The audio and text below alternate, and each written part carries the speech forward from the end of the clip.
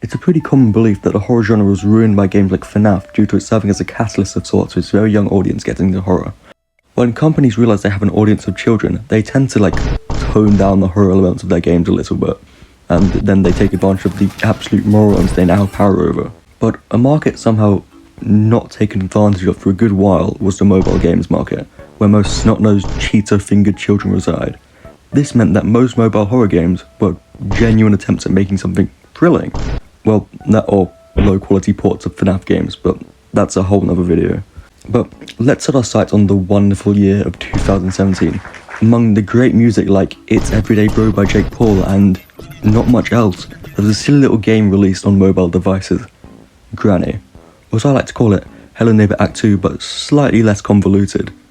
I'm going to make every single reference I can to that game because it's the greatest game of all time.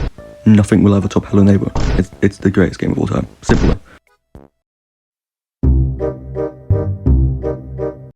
Granny released in November 2017 to almost instant success due to its genius placement of mobile.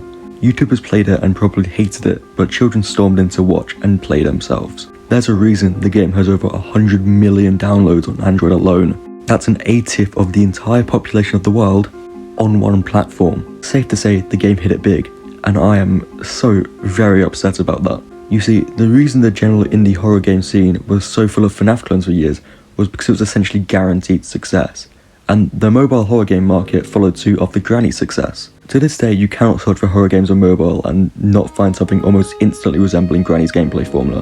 Hell, it seeped into the general horror scene as well.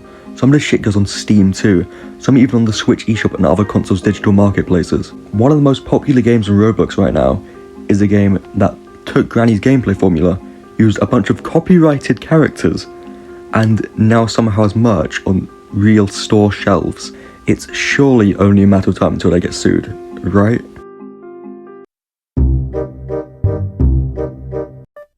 The blindness caused by people's lust for success is ridding easily accessible horror games of any originality, and that is a huge issue because it prevents younger audiences from actually finding what type of games they like and then going on to play and therefore fund the more original and lovingly made games out there.